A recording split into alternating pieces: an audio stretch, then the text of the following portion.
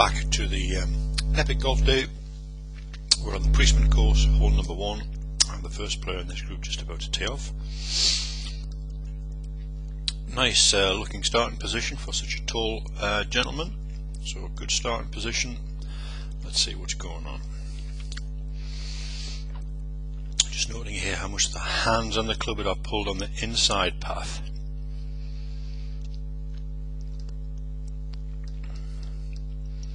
What we're seeing now is a big change of direction.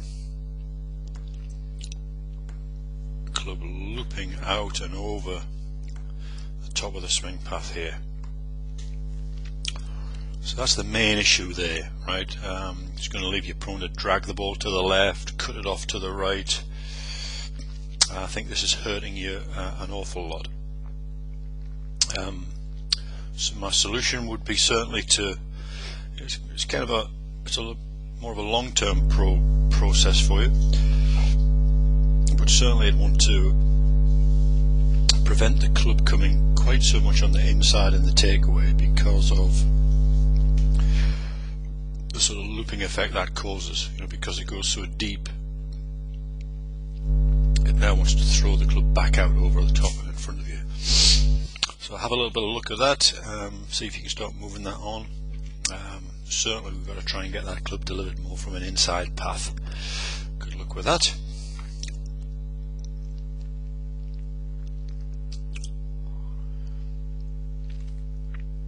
Second player, lining up nicely down the middle of the fairway.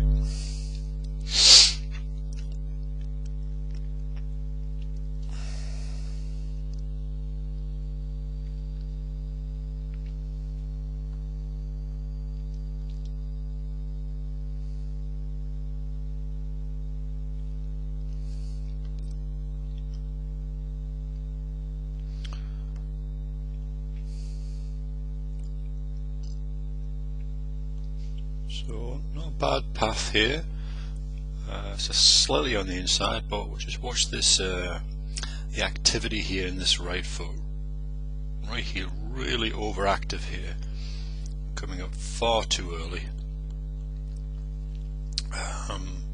Gives you a slight, because of its overactivity, gives you a slight shift in your swing path. Gets a little bit over the top, but most definitely that heel there needs to quieten down.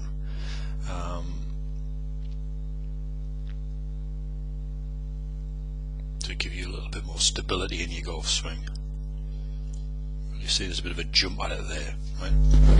So big one for me, quietening down those legs, adding some stability into your game, make it easier for you to control the path of the club there.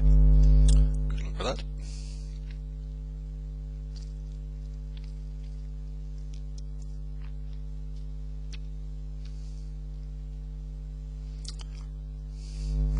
Third player, about to go again, aiming nicely down the middle of the fairway.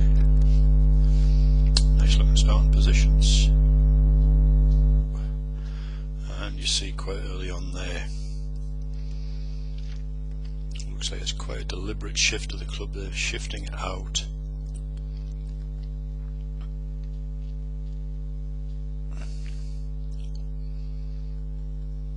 Slightly overswung there.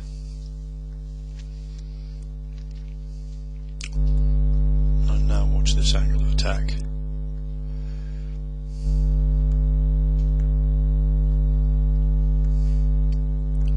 So that's going to hurt you. That's really going to, that sort of angle of attack there, that's really going to hurt. Got to get that club more on the inside. How are you going to do it? Well, I'd certainly suggest that in that backswing, in that early part of the takeaway, you certainly get that club coming much more round and in behind you.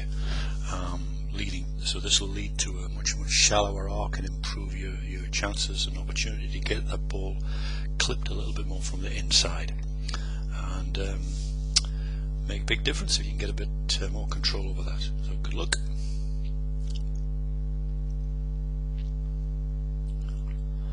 Right, and the final play here,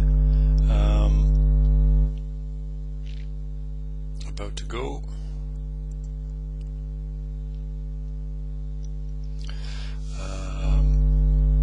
particular attention to the shoulder line, which looks like it's aiming a long way to the left. Right hand grip, it's not the ideal position to be viewing this from, but it really looks like that right hand is too far over the top of the grip, too far over to the left hand side there. So I'm sure you'd benefit from trying to strengthen the right hand grip, and also at the same time trying to get those shoulders aligned a little bit better.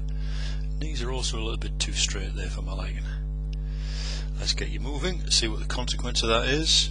Club drifts on the inside, and then, not surprisingly, it's thrown out over the top of the ball. So you can see the club there really being pulled across yourself. So you're getting this sort of cutting action going. So number one starting point is definitely at address, making sure you get that, particularly the top half of the body, squared up to the ball a little bit more, and certainly worth having a much closer look at that right hand grip, because it does look quite weak, which will only exacerbate the issue of the club coming over and cutting across the ball.